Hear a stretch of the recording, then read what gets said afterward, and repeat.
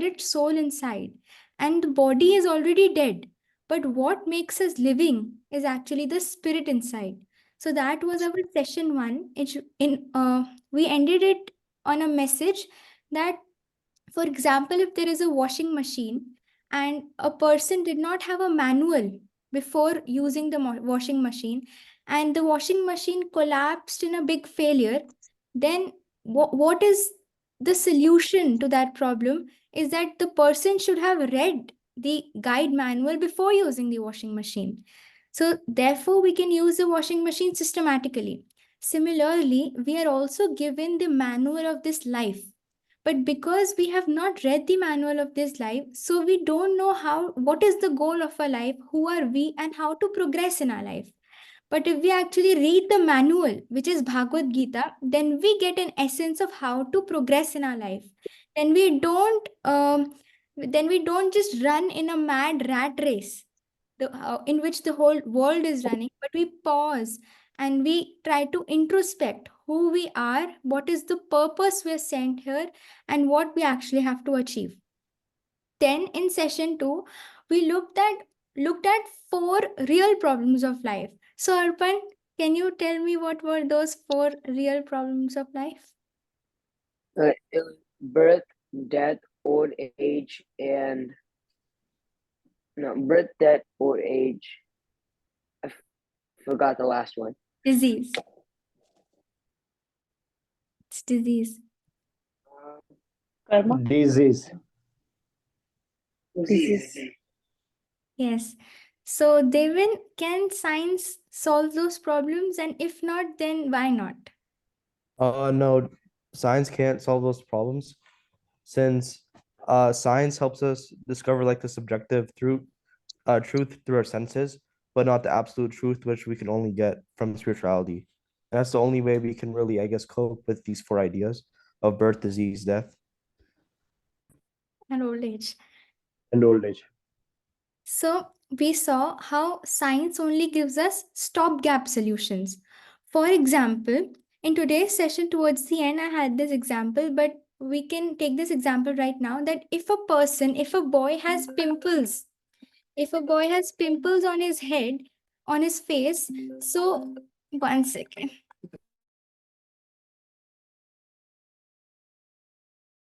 Sorry.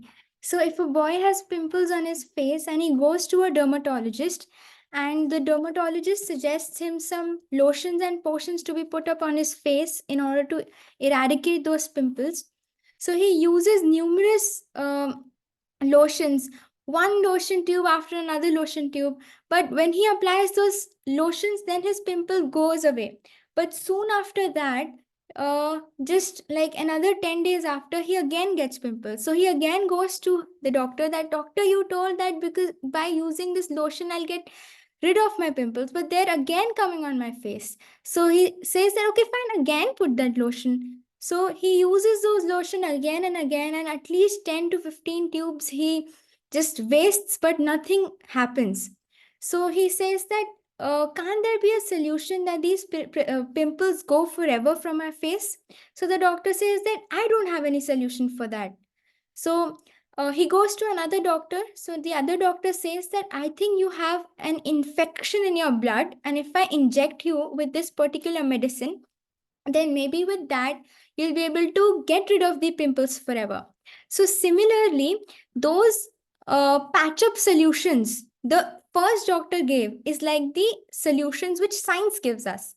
It tells us, okay, you have a headache, Sahir, so you take this painkiller, but then because of that headache you realize, oh oops, uh, my liver is sacrificed because of that.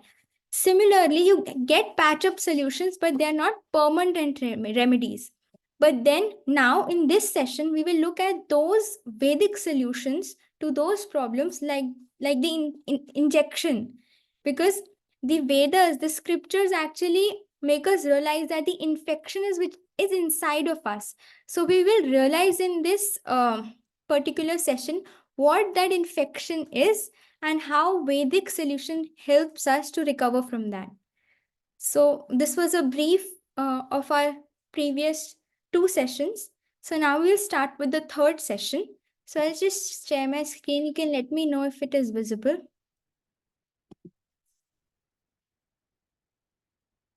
Is this visible? Yes, it's visible. Okay. So in this session, first there is a short story. So Radhesham Prabhuji, who was designing this whole course, tells us that there was a man who went to forest for hunting. So he loved to hunt tigers. He loved to hunt bears and lions maybe. So when he was going out for hunt, he glided down a mountain valley and he fell down. And then he lay there unconscious. Then after he woke up, he saw that few tribals had surrounded him and they garlanded him. So initially he thought, looking at those tribals, that they will punish me and they will capture me. But when they garlanded him, he questioned why were they doing so. So the tribal said that you are our king because today is 31st of December and God sends some person or the other to be made as a king on the 1st of January. So I think you are the one for this year. So he was taken and he was given great reception. He was allowed to wear good ornaments, clothes. He was allowed to stay in the royal palace, being the king of their city. So there was a question that came to that hunter's mind, that what happened to the king who was there last year? Where is he now? So the tribals told, oh, we book a boat and we take him in a boat and dump him on this desolate island, which you can see on the screen. So the hunter asks, what will happen to me? The tribals say, oh, we will also book a boat for you at the end of the year and dump you on this desolate island. So what did that wise hunter do was he used to book boats every day. On one day he sent clothes, the other day he sent some food, the third day some bricks, some gold, and then in the year end when he was dumped on the island, he built a nice bungalow and a nice palace for him, and he started ruling here and he lived a life happily ever after. So what can we learn from this small story is that we are in this material world and everything that we have now. Devin, do you have a laptop? Yes. Yes, I'm using a laptop right now. Okay. Arpan, do you have a phone with you? Do you have a phone? Okay, so do you have, oh, you have your AirPods, I see in your ears. So you own your AirPods. And Neerav Prabhuji's son, I don't know your name if you can. Ansh. Okay, Ansh, what do you have? Which possession do you like most? My computer. Okay, so you have your computer. Sahir, what do you like? My iPad. Okay, your iPad. Mahir? My phone. Okay, your phone. And the ones who have their videos off, Kaya, maybe if you would like to. My iPad Okay. as well. Okay. So everyone loves their laptop, iPad, and phone and computer. So a sad truth, but yes, that when our death will come, all of these things will be taken away from us. So from this story, we can learn that we are in this material world and everything that we have now, be it our computer, be it our phone or iPad, everything will be taken away. All our bank balance, all our house, and whatever we have accumulated with us in this lifetime will be taken away. So we have a very short span of life and we never know when it will end. We are born and we are ought to die. Just like in the last session, for those people who didn't hear the last session, I would request you to just go and also hear the last session so you will have a more clearer understanding how birth, death, old age, disease are inevitable processes. So we learned how death has ought to come, and whatever we accumulate in this life, We are working very hard in order to accumulate so much money, so much resources and assets with us. But we know this. We know that the person next to me has died. We know that the person in front of me will die. But what is astonishing is that we feel that we will never die. Although we know that we will die, but we live in such a fashion that we accumulate so many things in our life, but we're never accumulating that real wealth which will actually support us in our next life. For example, if we do some spiritual deposits in our eternal bank account, then they will stay with us forever. They will continue to stay with us even in our next life, even in the spiritual world. For example, all of you are hearing Bhagavad Gita class on a Saturday morning, on a weekend morning. And that too, because of me, you had to wake up early, maybe because of your father's stick on your head. But this is actually spiritual deposit that you're doing in your eternal bank account, and this shall never be taken away from you, and this shall never meet death, right? So are we ready to accumulate this imperishable wealth for the next world and not simply enjoy with what will be taken away? We are just trying to accumulate so much wealth, trying to make bungalows, trying to get degrees, but we all all the moments and all the years of our life, we're not noticing that we're just approaching death. So there is a short story that comes. So there was a king, and a saintly person came to the palace of the king. The saintly person was very eager to enlighten the king on the knowledge of Bhagavad Gita, but the king was not as smart as you all. So the king said, "Oh, you take some money and you push away from my palace. I don't want to hear all of your nonsense." So the saintly person was very respectful for the king. So he said, "Okay, I would just like to request you one thing if you can fulfill that." So the king, "Okay, tell me what it is." So he said that appoint a foolish person from your kingdom, give him a stick in your hand, and tell him that you will pay him money. But when he finds another foolish man who is a greater fool than he is, he would hand over the stick to him, and then he would go around in the city finding a greater fool than what he is. Right? And then he will be given the pension and the money. So the king said, "Okay, I can fulfill this request."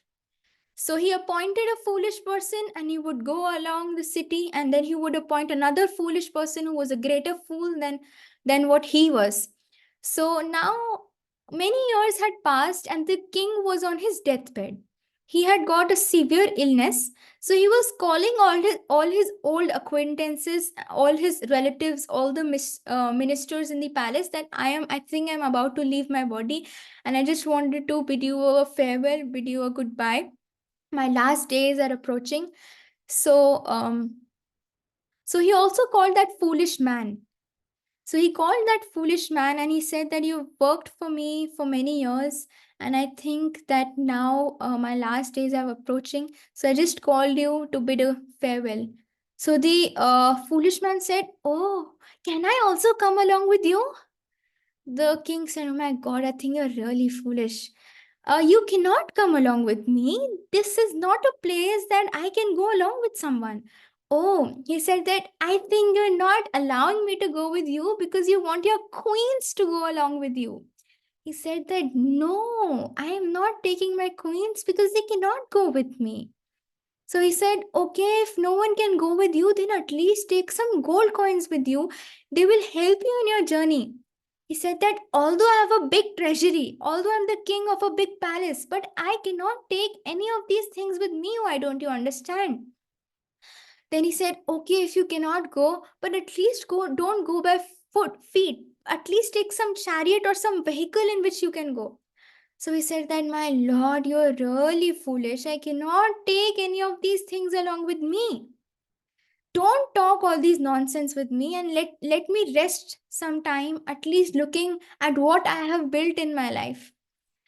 So the king gives the foolish man some pension and some salary which was due, and said that, "You give this stick to another foolish man, and then you will get liberated from this duty you are obliged to do under me. So the foolish man takes the stick and gives it to the king. The king became frustrated. Do you think I am more foolish than you? The foolish man said, yes, dear king, I think you are number one foolish. The king said, my God, how dare you say that? And why did you say that? He said that whole life you have accumulated everything. And now you know I can't go along with you. Your queens cannot go along with you. The gold coins cannot go along with you. Nothing can go along with you. What have you done? What have you built? Anything that can go along with you? The king was awestruck, my lord. I don't have. Then the foolish man said, have you done anything for God? Do you know after death what will happen to you? Do you know what was the purpose of your life? You wasted all the years of your life. The king said, I don't think you're a foolish man. Who are you? Tell me. So the foolish person told the king that, do you remember the saintly person who came to your palace? I am his disciple. And he told me to act in this fashion so that you can get this realization. So the king said, okay, I am 88 years old now. I have wasted all the time of my life. At least now enlighten me to the knowledge of Bhagavad Gita. And we're so fortunate that all of you are hearing that same knowledge at such young age, so that you can at least not waste your life like that king did. Right? So the wise person has firm faith in God. He knows what the real goal of his life is. He knows who is he is. But one who is foolish, he does not have faith in God. He only has faith in those patch-up solutions that science gives. A wise person lives life according to the laws of God. But a foolish person, he eats, drink, and be merry. This is his philosophy. So there is one Bollywood film. Uh, the name of this film is Zindagi Na Milegi Dobara. That means that you'll not get your life again. So enjoy as much as you can. But what did we see? We saw that we are not this body. So even if this body goes away, just like you wear clothes, just like in the night you will wear your night suit. For example, in India, night it's just few hours to night. So I'll wear my night suit, and in the morning then I'll again wear my official dress to go to school and attend the examination. Then when I'll come back home, then I'll again have to remove those clothes and wear another set of clothes. Similarly, the soul removes the body and wears new body. So that is called death, the transmigration. The soul leaves one body and takes another body. That does not mean that this is the last life that you're leading. No, there are numerous lives that you have been passed through. Maybe when you were cat, then dog, then elephant, then lion, then mosquito, and then this, that, and finally you've got a human form of life. And just like in session 1, we learned that only a human can ask the real questions of life, which is, who am I? What is the purpose of my life? What is the goal of my life? A dog cannot sit in this Bhagavad Gita class and be very wise like Arpan, like Sahir, and asking such beautiful questions and answering in such beautiful way, right? So the wise man remembers the temporary nature of this world. He knows that I have a limited span of life. And the foolish person forgets the temporary nature of this world and enjoys sinfully, not caring for the future. So he does not care for the future. This is also one thing that we learned in the session 1, that a human is not ought to just sleeping, eating, mating, defending, but he also ought to learn the goal and the principle which scriptures have to offer, right? So a wise person follows a regulated life of principles to ultimately attain God, but a foolish person, envious of others, lives an unregulated life and goes to hell. So Devin's favorite example, that this is the train of a life, and ultimately we shall know where we are heading. Not just like not that I am just thinking like Ansh is living, that's why I'm living. Mahir is living, that's why I'm living. But I don't know why am I living. I don't know what is the purpose and the goal of my life. I just know that Sahir got a good grade in his school, so I also have to get a good grade in school. But I don't know what is the ultimate purpose of my life? So similarly, in the journey of our life, one person will go, and then maybe the other person will also go. But we must know where we have to go. So this shloka comes in Bhagavad Gita. Hundreds and thousands of living entities meet death at every moment. But a foolish living being nonetheless thinks himself deathless. And this is ashcharya. This is shocking thing that a person thinks himself to be deathless and does not prepare for death. This is the most wonderful thing in this world. So I think, Mahir, you're having your board examinations. So you must be preparing very hard for it. Yes. So On 22 English. Yes. everyone is preparing for their school examinations, but who is preparing for the ultimate test of death? We all know that this test is inevitable. Are we preparing for this final test of life? When death will come at our doorstep knocking, will you say that please, I will archive the WhatsApp chat and then you come sometime later? No, you cannot say that. You will have to meet death. What will you answer to death? Right? So that is what we learn from Bhagavad Gita, how to answer this ultimate test of life. So the foolish person who is mad after petty pleasures of life, indulge in sinful activities and invite costly future, sees everything is temporary but still is blind to truth, break God's laws due to uncontrolled senses. So this is an example. So basically, this man is cutting goats, and the goat is feeling that the grass is very tasty. So they're enjoying their life, eating those grass, having sense pleasure, not realizing that they may be the next person that man is going to kill. The man is similarly, living entities are being killed. One is gone. The two is gone. Third is gone. But we are feeling, my lord, I have enough time. Just in the last session, we saw a clip of the youth going towards old age and how we're not realizing that it is so inevitable.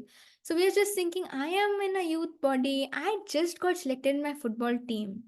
Why will I all hear this nonsense? Please don't make me worry about death. It will come after years. And now let me enjoy life. Thinking this again and again over, years pass by.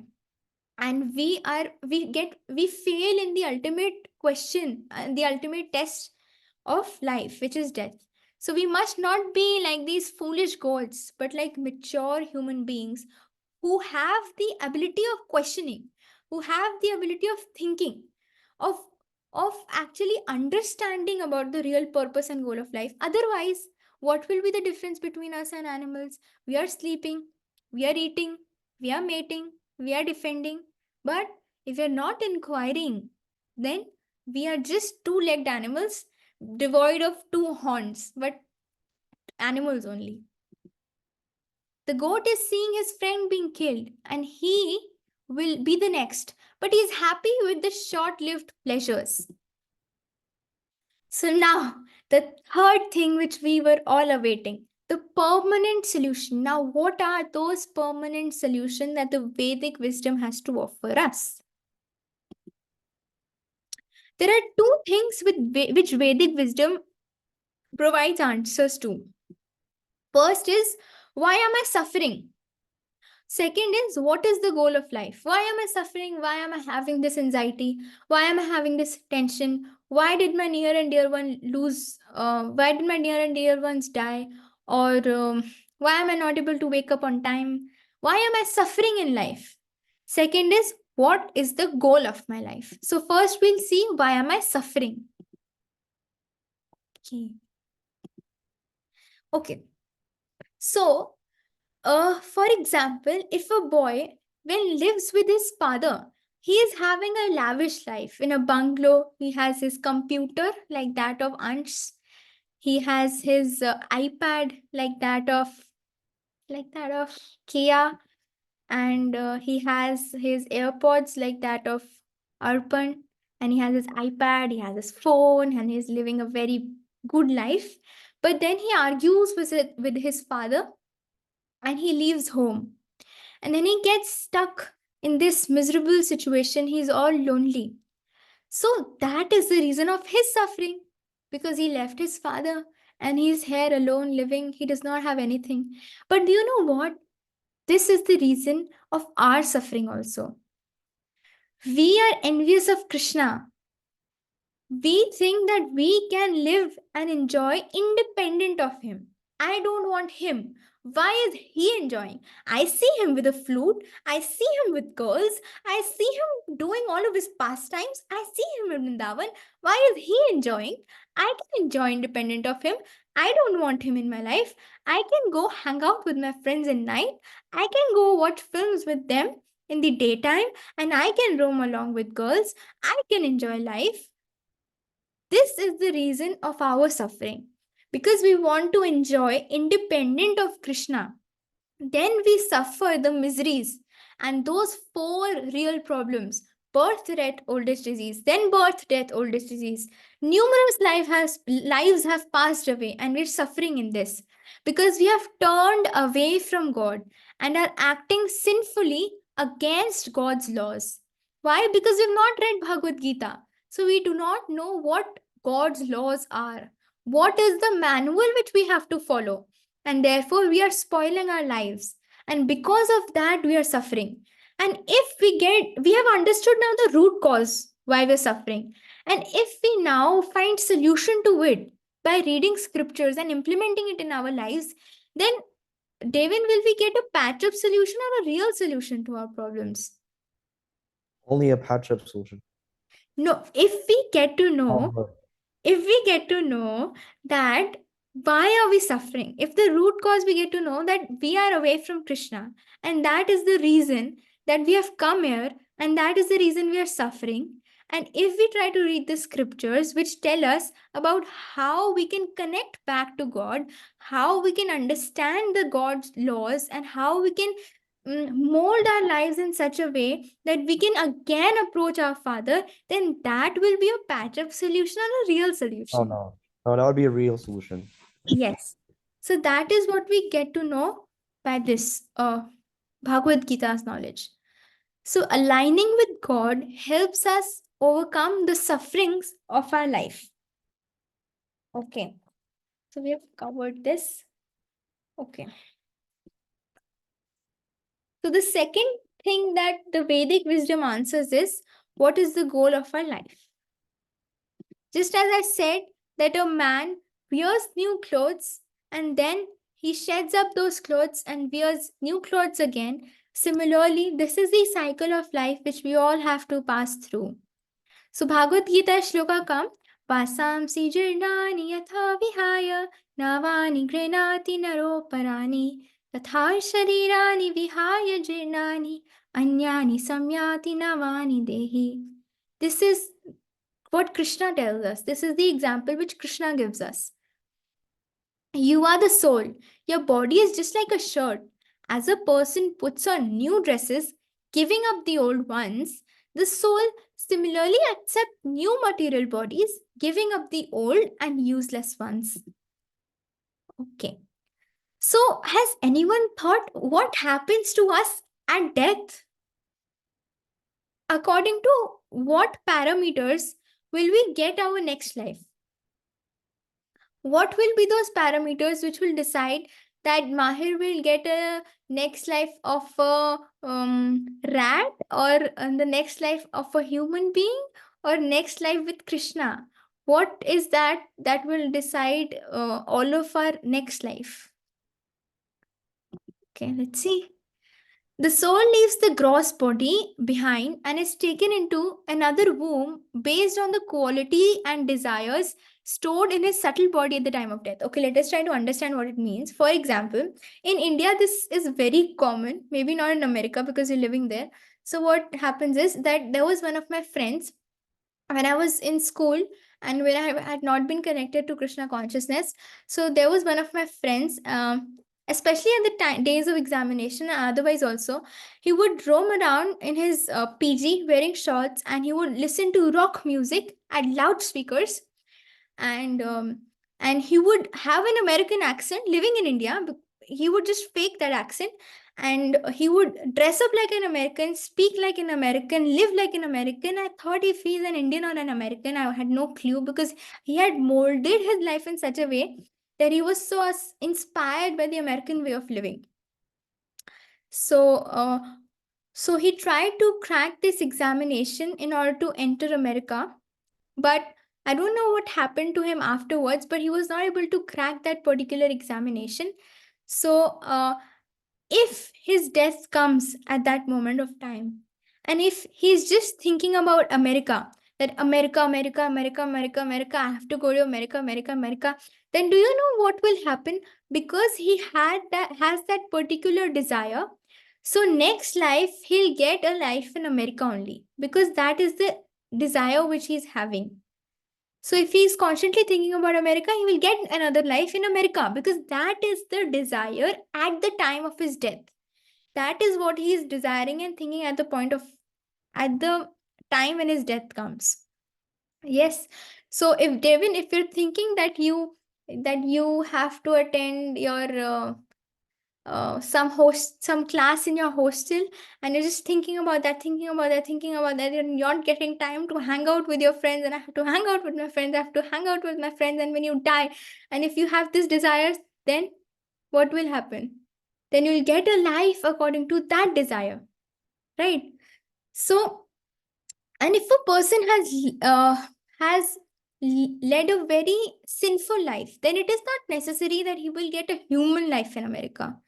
He may get a cat, a dog. Maybe dogs in America may get good biscuits to eat, but that will be life of a dog only in America. So, uh, so just as this person is changing vehicles, similarly, just like the same person moves from one vehicle to another, the spirit moves from one body to another. And what is the parameter? What is the parameter?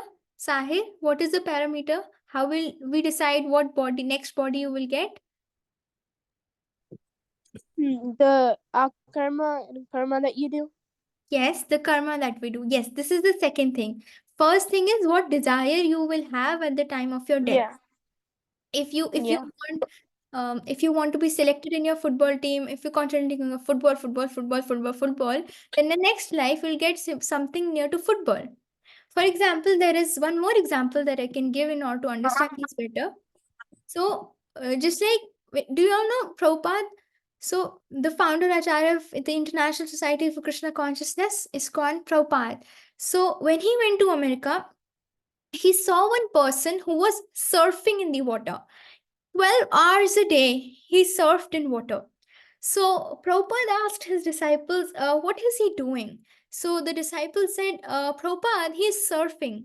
So, Prabhupada said, what, suffering? No, Prabhupada, he's surfing, not suffering. I think he may be surfing for you. He's suffering in my eyes. Because 12 hours, he's having intense desire and attachment to surfing, then he must suffer in his next life being a fish in that same water. Because he is so attached to surfing and being in the waters, so he will become a fish in his next life.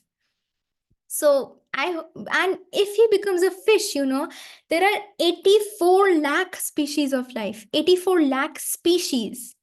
Uh, 84 lakh species and numerous, for example, cat is one species.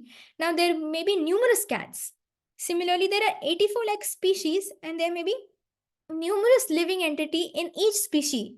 So if he got a life of a fish or a life of a mosquito, he may take lifetimes, many numerous lifetimes, in order to reach to the lifetime of a human being. Because we saw that a human being is greater than animal and any other living entity. So if I become fish, I'll have to start from square one, shed gallons of blood again to reach to the human form of life. So the first thing is, at the time of death, what will be my desire? What will be my intention, right? That will determine my next body. And the second thing, as Sahir rightly said, my karma. Whatever karmas I perform, what if my good karmas or my bad karmas? My good karmas are like good pots that I'm storing with me, and the bad karmas are like bad pots that I'm storing with me. So if I get any suffering, for example, if I get a migraine, So if I get a migraine or whatever, what suffering, um, if I had a breakup, or if I had a migraine, or if I wasn't able to get selected in my team, or if I failed in my examination, all of these are like bad pots that are coming. So I have stored some bad pots because I did some bad deeds. And now that when I'm suffering, those bad reactions are coming to me because of performing those bad deeds and storing those bad pots. Now those bad pots are coming forward in the form of suffering. Okay, so the first thing is, what is the first thing which will determine our next body? First thing. Our desires. Yes, our desires. Arpan, what will be the second thing? Karma. Yes, our karmas. Okay. So Krishna says in the Bhagavad Gita, Yam yam vapi smaran bhavam tyajante antakalevaram tam tam eveti konteya sadatad bhava bhavita. That means whatever state of being one remembers when he quits his body, O son of Kunti, that shall he that state he will attain without fail. Okay. We accept one body after quitting another, depending upon first, desires in the mind, and second, our good or bad karmas. So, this is a saying that goes, as you sow, so shall you reap. Whatever karmas you do, so they will come back to you. This is also Newton's law, right? You will get an equal and opposite reaction. Yes, Sahil? I also wanted to add about the part about the karma. You said you can do good karma and bad karma, but when I read about it, it said they don't cancel each other out. So Yes. if you do bad karma, it doesn't. I mean, if you do good karma, it doesn't make up for the bad karma. You still suffer for both. Yes, this is the perfect understanding. So, this is the law of karma. If you do good ones, you will get good results. If you do bad ones, you will get bad results. Okay, Devin is smiling. I don't know what is making him to smile, but I think he's smiling because Sahir is having a very good understanding of Oh that. no, yeah, I liked Sahir's insightful thought, so I feel happy. Yes. So, uh, so what was I saying? Yes. So if you do good things, you'll get good reactions. If you do bad things, you'll get bad reactions. Yes. So if Sahir does some donations to the poor people, then maybe he in the next life will get a good bungalow to live in, a rich family, beautiful face, nice friends, nice reputation in society. But if Devin eats meat and if he engages in gambling, then maybe in his next life he will be given a life of animal. Because if you kill some animal, then that animal shall take revenge. And then you shall become the animal, and that shall become the eater, and then he will eat you.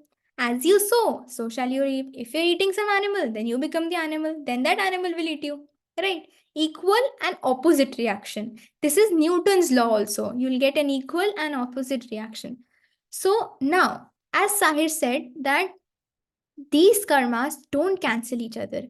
If Devin did some bad karmas, then your good karmas will not cancel. If you ate meat, then you'll have to suffer it independently. If you did donations, then doing donations will not suffice for your eating meat. You'll have to suffer that also. You'll have to suffer that also. Now, why am I saying that you'll have to suffer your good karmas? Even if you'll get a bungalow, even if you'll get good health, even if you get a beautiful face, you'll have to suffer that because it is sugar coated poison. Because ultimately, it will all be taken away, as we saw that it is not the real bank account. It will ultimately be taken away. And if it will take you away from molding your life in such a way that you can act as per the principles of God, and if you will not be able to add to the eternal bank account, if you will not be able to accumulate spiritual wealth, then that is also sugar coated poison. So you'll have to suffer your good karmas also, and you'll have to suffer your bad karmas also. But what Krishna consciousness is, if you're right now in the morning, if you're hearing this class, right, and if you chant some rounds of Mahamantra, is my voice audible? I think it's stuck on my laptop.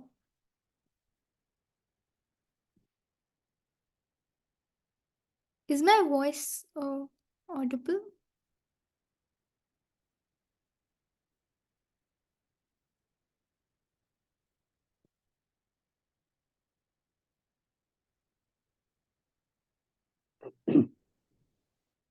Am I audible now? I am not able to hear anyone.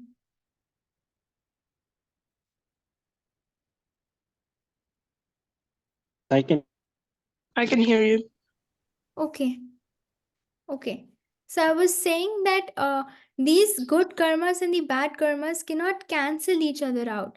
So if you perform the Krishna conscious activities, if you're in the morning hearing Bhagavad Gita, if you're chanting Hare Krishna Mahamantra, if you are reading Prabhupada books as Sahir is doing very well, so these are not considered to be karmas. These are considered to be akarmas. They will not give you good results. They will not give you bad results. They will, and they have the power to burn your karmas. All the previous karmas you have accumulated, they will be burnt down by chanting, by reading, by hearing. Then you will not get any bad reactions, any good reactions. All of those accumulated karmas can be burnt down by the chanting of the Mahamantra, by hearing Bhagavad Gita. And they are akarma. That means that we are stuck in this material world because of constantly doing karmas. Good karma, bad karma, good karma, bad karma. And we are stuck in this matrix.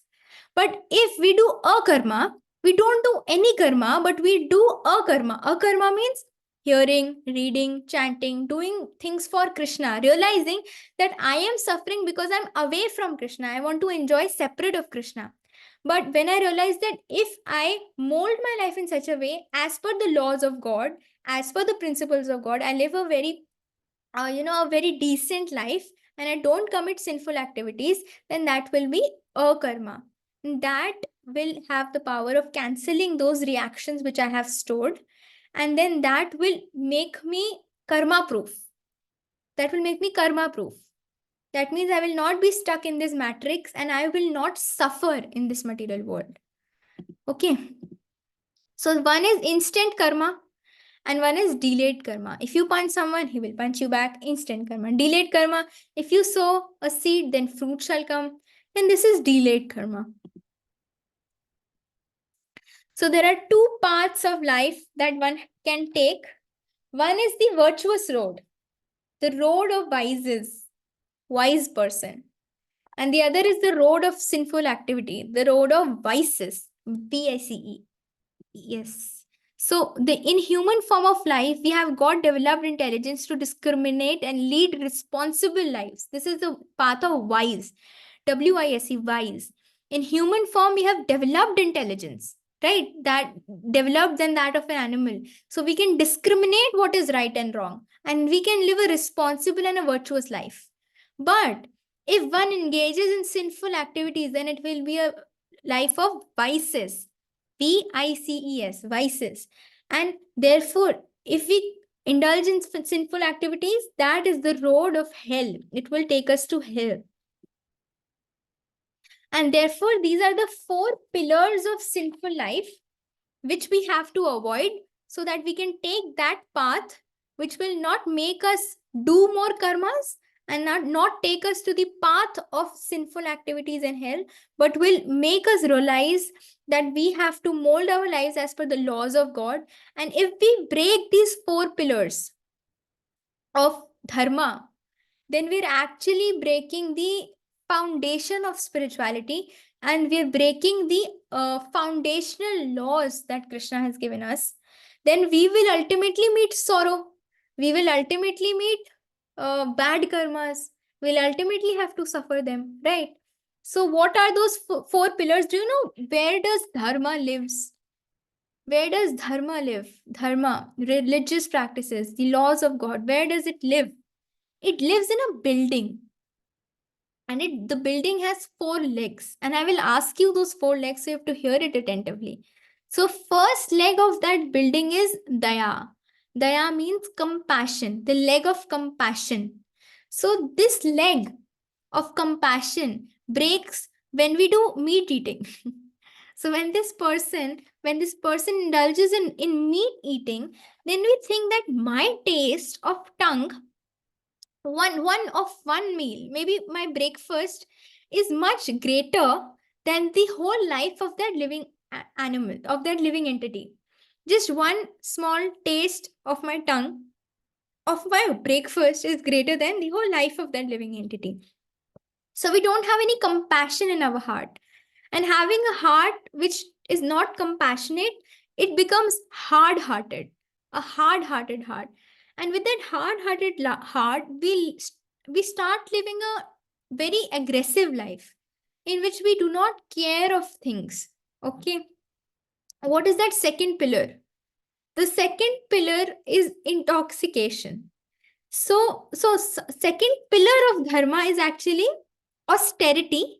That means tapasya, austerity, and that is being broken by intoxication. Because when we do intoxication, then I say that if my mind wants to smoke, then okay, I shall smoke. Then I shall make my senses run here and there as my mind wants. If I want to drink, okay, I will drink. So where is the austerity? There is no austerity. There is no control. And then we start forgetting, and we start, those boundaries blur in front of us. What is right, what I ought to do, what is wrong, what I ought not to do, those boundaries start blurring in front of us, because we are not able to understand what is right, what is wrong, what I shall do, what I shall not do. If I want, I will drink. If I don't want, okay, I will not drink. If I want to smoke, okay, I'll let my senses just be uncontrolled, and then I'll smoke, right? So this is it through intoxication. Now the third pillar of dharma is truthfulness, and truthfulness breaks by gambling. Now why? Because when we're gambling, we have to have a pretentious nature. We have to we have to take a fake face, and with that fake face we have to lie. And because of lying and taking a fake face and a pretentious nature in our lives, we break the third pillar of dharma, which is truthfulness. We break the pillar of truthfulness. Then the last pillar of dharma is purity, shaucham, purity, and that is being broken by illicit sex. So whatever premarital and extramarital affairs we have, the fourth leg of dharma, which is purity, is being broken by illicit relationships. Okay.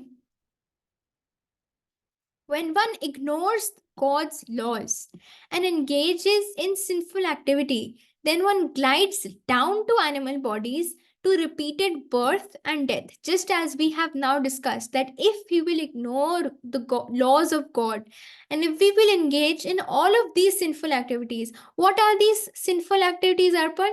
Can you name one of these sinful activity? Eating meat. Yes? Eating meat. Yes. Anyone? The second one, maybe. Intoxication. Yes. Gambling. Yes. Last one. Illicit sex. Yes. So these are the 4 sinful activities that one engages in.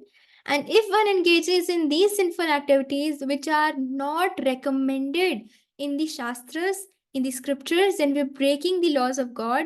Then we're accumulating which pots? Good pots or bad pots? Sahir, which pots? Bad. And then we will have happiness in our life, or we'll have sorrow in our life. Sorrow, but you might have temporary happiness, but then you'll have sorrow. Yes. So, if one is eating meat, then according to his karmas, he will also get a life in which he will have to suffer when that person will eat him. Okay. When a person is sleeping so much whole day, 16, 20, 24 hours, he is just sleeping and doing intoxication, then he get life of a polar bear.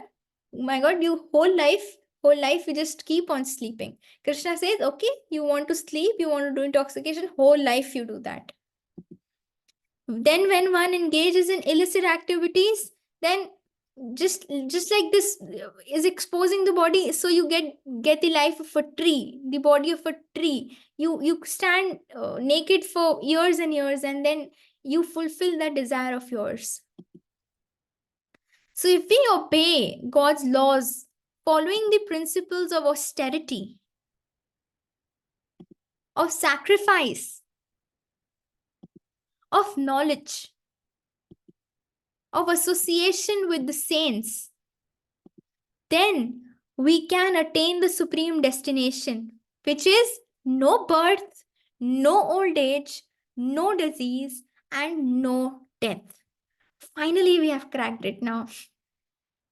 So, if we obey God's laws following the ABCDE formula, so we have to note this ABCDE formula so that we can always mold our lives in such a way that we are following this properly. A. Association. We always need an association. For example, Sahir is having the association of Devin, so they can discuss Bhagavad Gita. Mahir, Arnav, Arpan, Kea, and all of you who have joined. I am still not able to remember your names, but all of you wonderful devotees who have joined, we're getting each other's Ansh, not Arnav. I said Arnav, so it's Ansh. So all of the devotees who have joined, we get association of one another. So because of that association only, holding hands of each other, we can progress on this path. Otherwise, we have friends in our school, and maybe one or two of them may drag us to those sinful activities. But if we want to obey God's laws, then we must hold each other's hand, because only then we can move towards following God's laws. B. Books. Just like Sahir is reading books, he is having such inquisitive questions and also the answers to it. So B is books. C is chanting. Some of you must also be chanting some rounds. So this is also following God's laws. D is diet, not having meat, not having outside food which has onion, which has garlic, which has meat, which is being cooked alongside meat. So, and offering food to the Lord and then having it. And E is engagement. Then when we'll do all of this, we'll be engaged. Chaitanya Prabhuji, I heard that you have Jagannath ji installed at your place. You're muted, Prabhuji.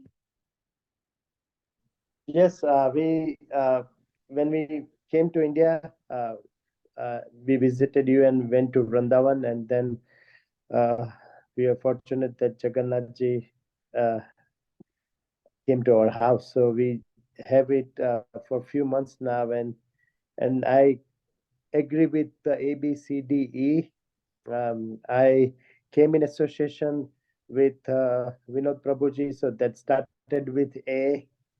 B was the books. He gave me some books of Prabhupada. He brought some books with me, including Gita. Started reading that. C, he engaged me in chanting. I'm doing 16 rounds of chanting now every morning. I wake up very early and do 16 rounds of chanting. So C was there. Diet, I quit eating onion and garlic. I was a vegetarian to begin with, but I did that. And E is engagement. So very soon I had a desire to bring Jagannath ji at my house, and now I'm engaged in the bhakti. So this A, B, C, D, E depends on you. It can happen as quickly as you wish to happen.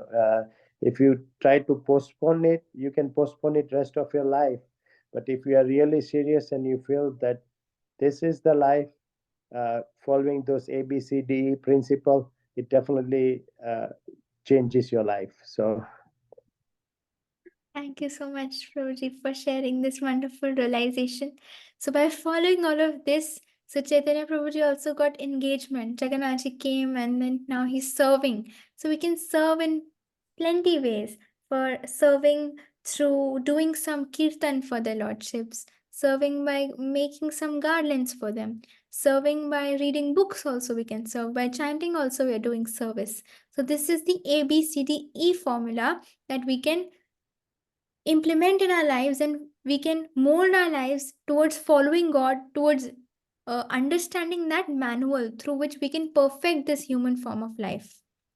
And then we will go up, up, up, up, up the ladder. We will not come down, down, down, down, down and become animals and get animal body, but then we'll go up, up, up, up, up. And then we can realize who we are, the ultimate goal, and why we're sent here.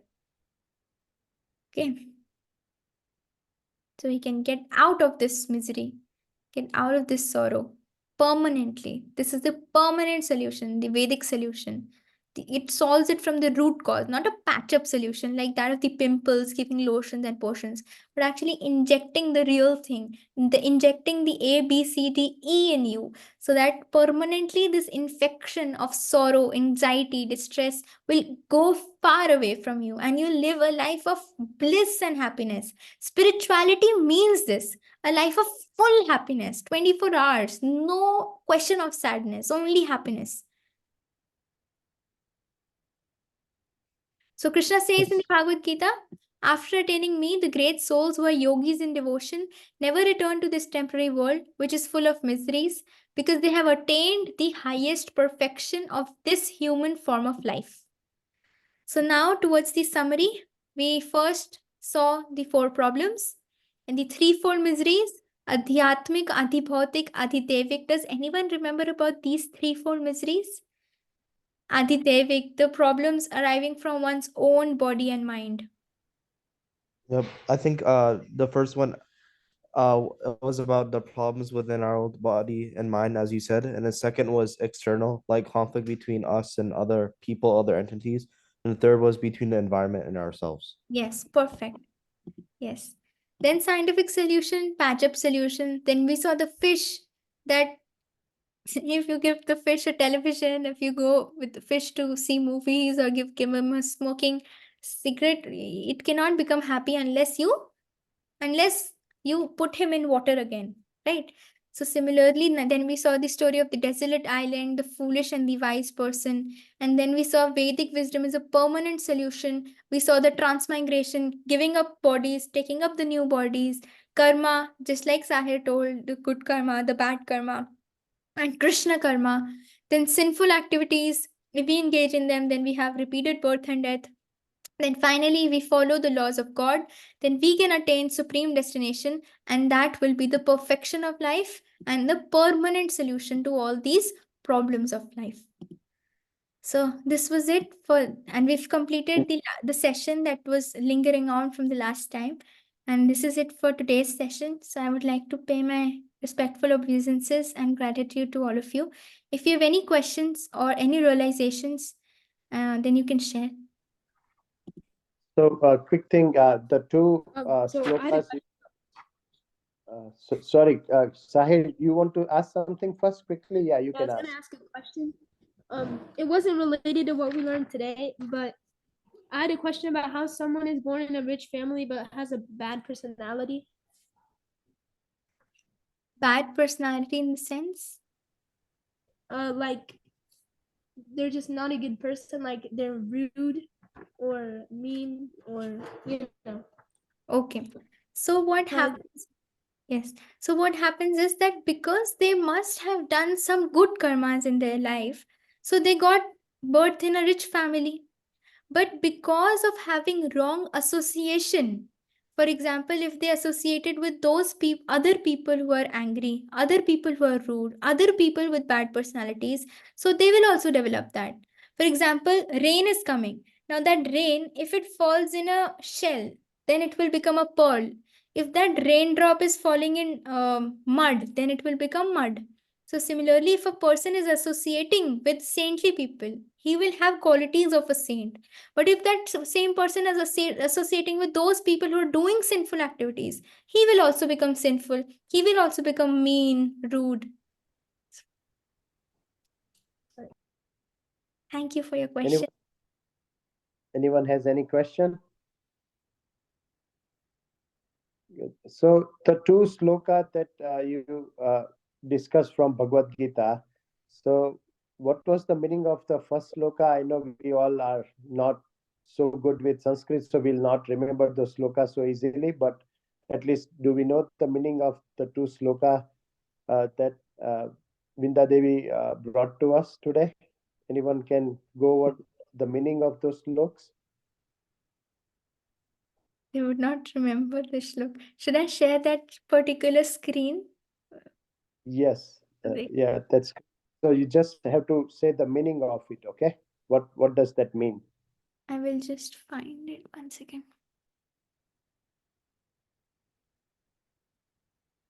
Okay, so here it is. One second.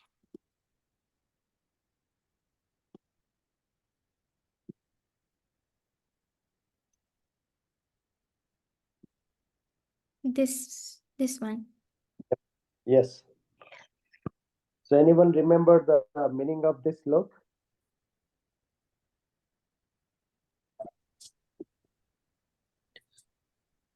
So basically, how Anyone? the body changes, like I mean, how we change from one thing to other. Like I mean, our soul changes the body from from one body to the other.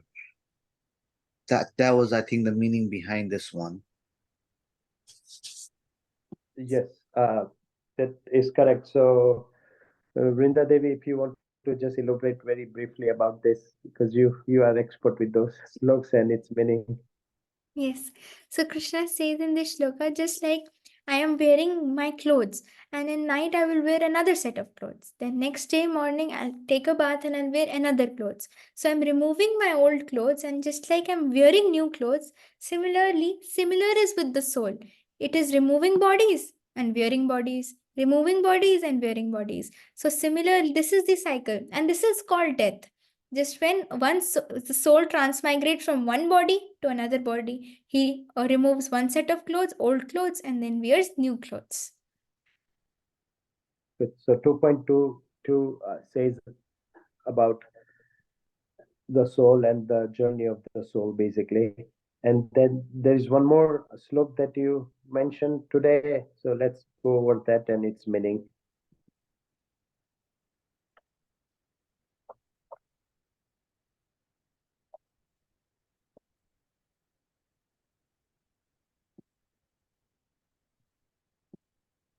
Here it is.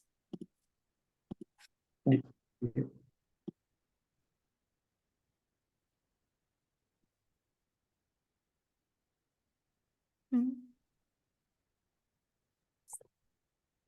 So anyone remember about this slok? What was she trying to say based on this slok?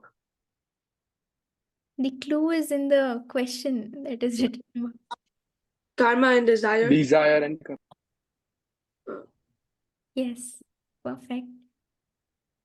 Yep. So basically, your soul or your next life depends on what immense desire you had throughout your life, right? So if you only were being associated with Lord and you were following A, B, C, D, E, and you really did so well with A, B, C, D, E that Vidya Devi discussed with us, what will happen based on this look in your next life? Sahid, do you want to answer that question? Can you repeat it, please? My question is, if you follow A, B, C, D, E that we just discussed at the end, what will happen to your soul based on what this slok in Bhagavad Gita says, the 8.6 slok says about soul awarded the next body. So what will happen if you do A, B, C, D, E? You will have more happiness, and it will add up in your spiritual account, like your spiritual bank account. And then also the soul will be gravitating towards Krishna. Next life you'll be with Yeah. Krishna because you have a desire of being with Krishna, following his. Okay, perfect. Perfect answer. So you are the whole life now. Your desires are A, B, C, D, E. Association, books, chanting, engaging in good diet, and engagement with Lord, right? So now that's what your desire was. So next life you will not, you'll come out from this life and birth cycle, and you will now be with Krishna, right? So that's the ultimate goal. If your desire is just to keep earning money, money, money, money, money, you'll be suffering in the next life. You'll have a lot of money, but then what will, you'll still go through suffering. Every rich person has gone through suffering, right? So the end goal is to get associated and get connected with Krishna, and that's what this second slok was about. So about the desire. Yes. You got muted, Guruji. Yeah. Okay, so we can wrap up